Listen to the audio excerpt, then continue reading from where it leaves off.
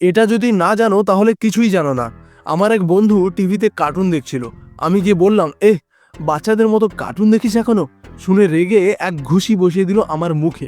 বলে, কার্টুন বলবি না, এটা অ্যানিমে। তারপর আমায় এমন সব সিক্রেট বলল যে মাথা ঘুরে গেল। যদি অ্যানিমে হয় পাহাড়, তাহলে বলিউড হলো একটা ছোট পাথর মাত্র।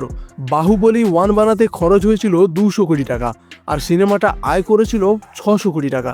200 লাগিয়ে 600, অবশ্যই ভালো ইনকাম। কিন্তু এবার শোনো, ড্রাগন বলের সব এপিসোড বানাতে খরচ হয়েছিল সেম 200 কোটি, আর টোটাল রেভিনিউ $20 বিলিয়ন, মানে প্রায় 17 লাখ কোটি টাকা।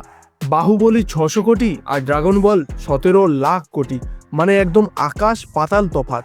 ডেমন স্লেয়ার বানাতে খরচ হয়েছিল মাত্র 29 কোটি টাকা, আর আয় করেছে 21,000 কোটি টাকা। অ্যাটাক অন টাইটান বানাতে খরচ হয়েছে 100 কোটি টাকা, আর রোজগার 4,000 কোটি টাকা।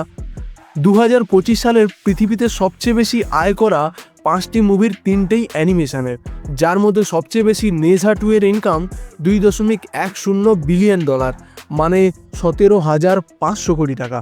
বলিউডে ইতিহাসের সবচেয়ে বেশি আয় করা সিনেমা হলো দঙ্গল, যা আয় করেছে 2,200 কোটি টাকা, যা এই সমস্ত অ্যানিমেশন মুভির তুলনায় 2%ও নয়। মানে শুধু আমার বন্ধুই নয়, এরকম কোটি কোটি দর্শক রোজ দেখে অ্যানিমেশন। কমেন্টে জানান আপনার ফেভারিট অ্যানিমেশন কোনটা। আর এরকম আরও ইনফরমেটিভ ভিডিও দেখতে হলে চ্যানেল অবশ্যই সাবস্ক্রাইব করে রাখুন।